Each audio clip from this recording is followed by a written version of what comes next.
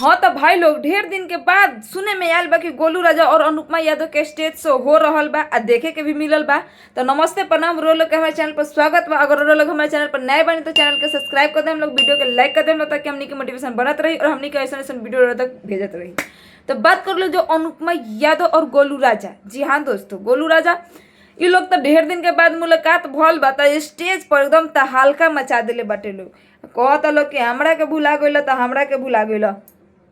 भाई यह भोजपुरी इंडस्ट्री है, यहाँ पे कोई किसी को याद नहीं रखता। ये बात आप लोग कान खोल के सुन लीजिए।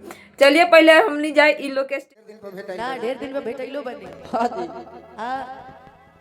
यहाँ के हम लूर लक्षर भी देखते हैं। बहुत खराब हो गया, बहुत अति सुंदर अपना भगिना के ए बेरा बहुत खराब हो गया। हाँ जी पहले लागत कि फिर से सुनाए के पड़ी इनका एगो गीत हमरा।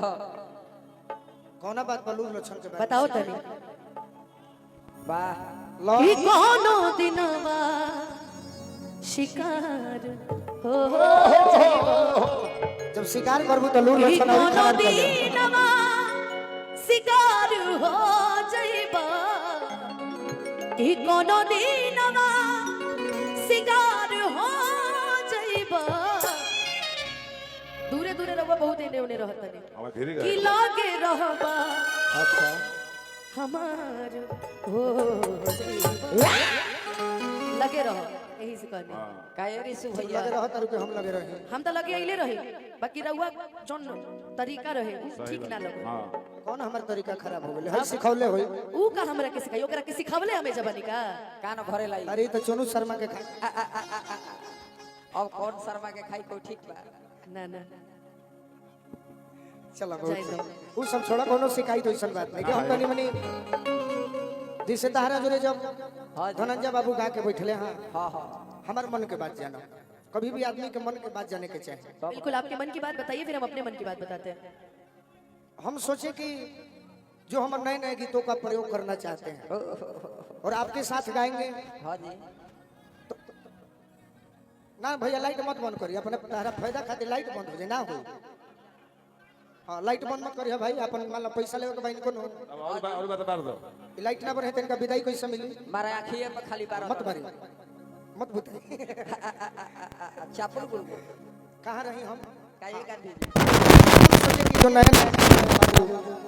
हम वो गा देते हैं। सही तनी मनी तुमन से नीचे के कुछ नाश्ता पानी फल फूल हाँ हाँ निमिया माई के आशीर्वाद प्रसाद बनल बा। खाले और कोनो बात तारा से ना दूरी को भइल बा आ ना को हुई। कबो ये जीवन ओकरा के समझैया नु जौन गोलू राजा के ना जानत होके। ठीक बा, ओकरा के समझैया। काहे दूर होकर बताओ। फलनिया ढेमकनिया के समझैया, हमरा के मत समझ। मैं क्या समझावे कब तक साहब ने के दूरी रउआ लोग रउआ से मतलब खातिर रिश्ता रखत होई। अच्छा बाकी हम भाई कहले बानी त भाई लेखा मनबो करी। हम नहीं के मन ले तू कहां हमरा के देखल हो, तू कितना हमरा के माने ले का भैया? 3 बेर कहनी है कि ना? एकरा से राकेश भैया से का कहलो। आई मुकेश भैया जौन बानू हां तो उनका के कहो। महा खत्म आदमी हो तू 3 बार कहलो, हमरा से 1 बार लास्ट में आके कहले। आपको भी बहुत अच्छे से पता था। हम जानते बानी कि उ कमावा होइबो करी। हाँ जी तो तेरी सब पर तनी भाव मार के बाने के बाद हाँ भाई। ना। तनी समय से कहे से कि अभी कम से कम हमनी कतनो लोग आ रही त 5 बजे ले होई। हाँ जी तो तनी मनी देरियो क के प्यार होला त का होई। कुछ गलती कहत नहीं भाई। ना जी रे गलती कैसे रउआ कबो गलत बोली ल जी कबो ना नया नेता गीत चुप छुड़ा रहे दे। कहर भाई। ना कबो बोली है अरे कि कहे खिसी आई बोलो बोलो अनसाइल बड़ू। हाँ तो स्टेज शो तो काफ़ी धमाकेदार रहे, अच्छा भी रहे। लेकिन हाँ इस तरीके से स्टेज शो में जिसका टारगेट कर रहे हैं हम समझ रहे हैं। आप लोग भी देख के समझिए गए होंगे। वीडियो पसंद आए तो लाइक कर दीजिएगा, चैनल को सब्सक्राइब कर दीजिएगा। मिलते हैं हम आप लोग को नेक्स्ट वीडियो में। जब तक के लिए जय श्री राम, हर हर महादेव।